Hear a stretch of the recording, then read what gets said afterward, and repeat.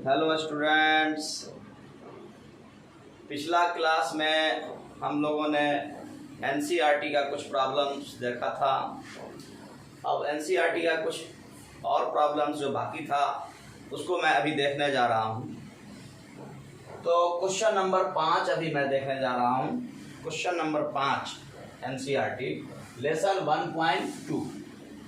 Question 5 का रहा है कि एफ फंक्शन है आर से आर में, एफ कोई फंक्शन है आर से आर में जो डिफाइंड होता है या कहिए given by f x is equal to +1 if x greater than 0, f x is equal to 0 if x is equal to 0 and f x is equal to -1 if x less than 0।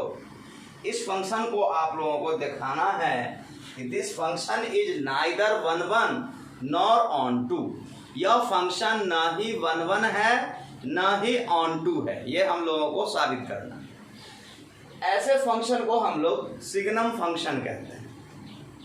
ऐसे function को signum function कहा जाता है। तो ऐसे function को दिखलाना है कि ना ही ये 1 है और ना ही ये ऑन टू है। तो चलिए हम 1 देखते हैं, मतलब पहले हम इंजेक्टिविटी देखते हैं। तो यहाँ पर मैंने लिखा f x is equal to +1 for all x greater than 0, मतलब एक्स के उन सभी वैल्यूज के लिए, उन सभी मानों के लिए जो पॉजिटिव हो। मतलब एक्स का वैल्यू आप 0 से बड़ा कुछ भी ले लो, 1 2 3 4 5 6 7 या 1/2 2/3 कोई फ्रैक्शनल नंबर भी ले सकते हैं, फ्रैक्शन भी ले सकते हैं, पॉजिटिव नंबर। तो एफ एक्स आपका ऑलवेज 1 होगा।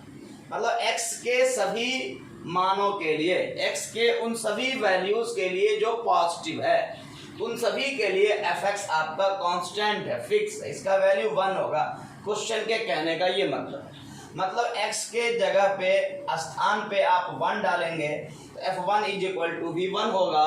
अगर आप 2 डालेंगे तो f2 इज इक्वल टू भी 2 होगा। अगर आप 3 डालेंगे तो f3 इज इक्वल टू भी 3 होगा, एंड सो ऑन। कहने का ये मतलब। उसी प्रकार नीचे वाला वैल्यू बताता है कि अगर आप x का वैल्यू 0 से छोटा कुछ भी डालेंगे इसमें तो एफ एक्स आपको -1 वैल्यू भी देगा, ये भी कांस्टेंट है। मतलब x इज इक्वल टू, अगर x के जगह पे इसमें इस रिलेशन में f x is equal to -1 में अगर हम x से 0 से छोटा कोई वैल्यू डालते हैं, जैसे -1 डालते हैं तो f -1 इज इक्वल टू -1 मिलेगा। -2 डालते हैं तो f -2 इज इक्वल टू भी -1 मिलेगा। तो आप यहाँ देख रहे हैं, इस फिगर से भी मैंने दिखाया है कि एक से अधिक एलिमेंट का डोमेन, जैसे मैंने फिगर दिखलाया है, ये आपका डोमेन है और ये आपका कोडोमेन है। इसमें भी कुछ एलिमेंट्स मैंने शो किया है, उसमें भी कुछ एलिमेंट शो किया है। आप जैसे 1 का इमेज भी 1 मिल रहा है, यहाँ 2 का इमेज भी 1 मिल रहा है, वैसे ही -1 का इमेज -1 मिल रहा है, -2 का इमेज भी -1 मिल रहा है, और 0 का इमेज अगर 0 डालते हैं तो f0 इज इक्वल टू 0 मिल रहा है। तो आप देख रहे हैं यहाँ पे कि डोमेन के एक से अधिक एलिमेंट्स का इमेज कोडोमेन में सेम मिल रहा है। तो ऐसे फंक्शन को 1 नहीं कहते हैं, ऐसे फंक्शन को हम लोग मेनी 1 कहते हैं। तो ये जो फंक्शन है, यहाँ से पता चल रहा है इस फोटो से, इस पिक्चर से और इस एग्जाम्पल से कि ये फंक्शन आपका 1 नहीं है। तो 1 नहीं है तो मेनी 1 है, लेकिन यहाँ पे आप मेनी 1 का चर्चा हम लोगों को नहीं करना। क्वेश्चन कह रहा है साबित करना है कि फंक्शन 1 नहीं, तो क्लियर है कि ये फंक्शन 1 नहीं। अब इसी बात को मैंने लैंग्वेज में लिखा है कि दैट इज, अर्थात इससे ये पता चल रहा है more than 1 element of domain R, domain के एक से ज्यादा एलिमेंट का image have same images in codomain R, have same images in codomain R. Domain के एक से अधिक एलिमेंट्स का कोडोमेन में सेम इमेज मिल रहा है, इसलिए हम इस फंक्शन को कहेंगे कि यह फंक्शन 1 नहीं है। डोमेन के एक से ज्यादा एलिमेंट का इमेज कोडोमेन में सेम बन रहा है। तो इसलिए हम ऐसे फंक्शन को कहते हैं कि ये फंक्शन 1 1 नहीं है। तो ये बात प्रूव हो गई कि फंक्शन आपका 1 1 नहीं है, क्योंकि दो एलिमेंट का सेम इमेज आप देख रहे हैं, इधर दो एलिमेंट्स का सेम इमेज देख रहे हैं। अब दो ही नहीं, अगर यहाँ पे 3 भी डालेंगे तो F3 का इमेज भी 1 ही मिलेगा। ओके, क्लियर है? किसी को कोई प्रॉब्लम नहीं? चलिए अब देखिए सर्जेक्टिविटी। सर्जेक्टिविटी के लिए मैंने यहाँ पे लिखा कि आप यहाँ पे जैसे इसका कुछ एलिमेंट्स है, कोडोमेन का कुछ एलिमेंट्स जैसे 2 3 आप देख रहे हैं, यहाँ -2 होगा, -3 होगा, -4 होगा, 2 3 4 5 होगा। तो 2 3 जो कोडोमेन में बिलोंग करता है, -2 -3 ये भी कोडोमेन में बिलोंग करता है। It is belong to codomain R, have no pre images in domain are.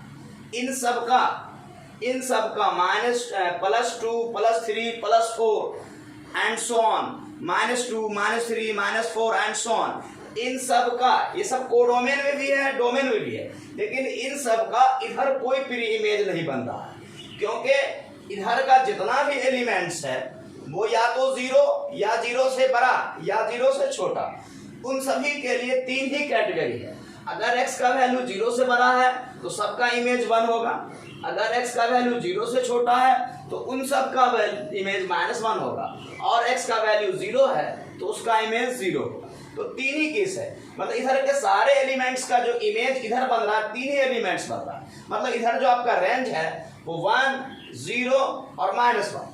बाकी इधर जो एलिमेंट्स है, चूंकि सेट ऑफ रियल नंबर है आपका कोडोमेन, बाकी जो इधर रियल नंबर्स आ रहा है जैसे 2 है 3 है -2 -3 and so on many more numbers जो बिलोंग करता है कोडोमेन में, उन सब का इधर कोई प्री इमेज नहीं है। मतलब ये ऐसा एलिमेंट्स इधर के किसी भी एलिमेंट्स का इमेज नहीं है। तो ये तो ऑन टू की पहचान नहीं है। ऑन टू होने के लिए क्या कंडीशन है? ऑन टू होने के लिए कंडीशन मैंने पढ़ाया आपको कि इधर का कोई भी एलिमेंट्स खाली नहीं रह पाए, इधर का जितना भी एलिमेंट्स है वो इधर के किसी न किसी एलिमेंट्स का इमेज होना ही चाहिए। मतलब इनके सारे एलिमेंट्स का उधर प्री इमेज बनना चाहिए। तो इस केस में, इस एक प्रॉब्लम में ऐसा नहीं हो रहा।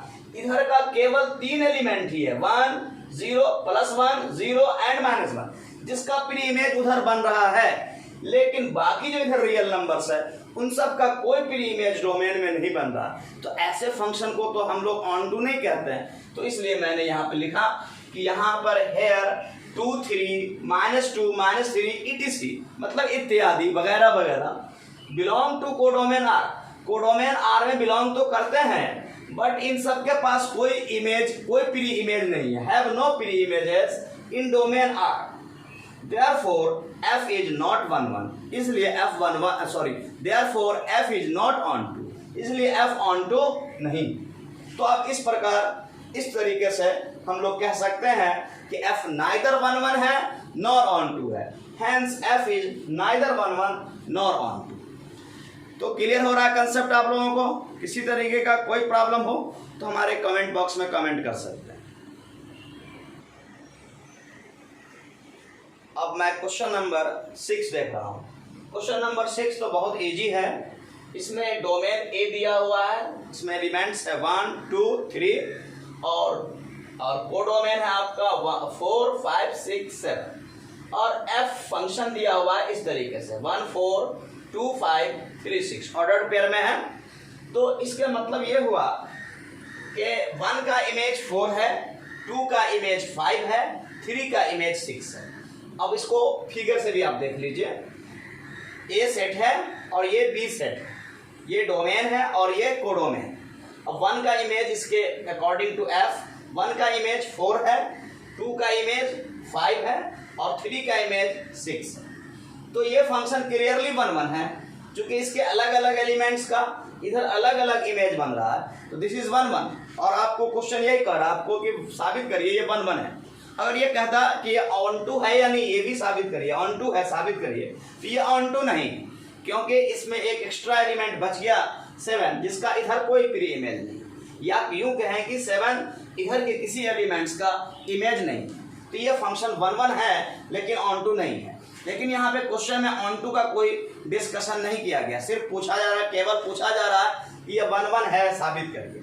तो हम यहाँ पर लिखेंगे since distinct element of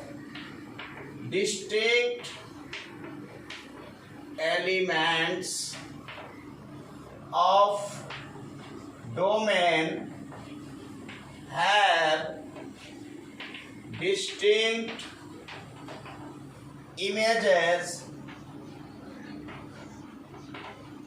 in codomain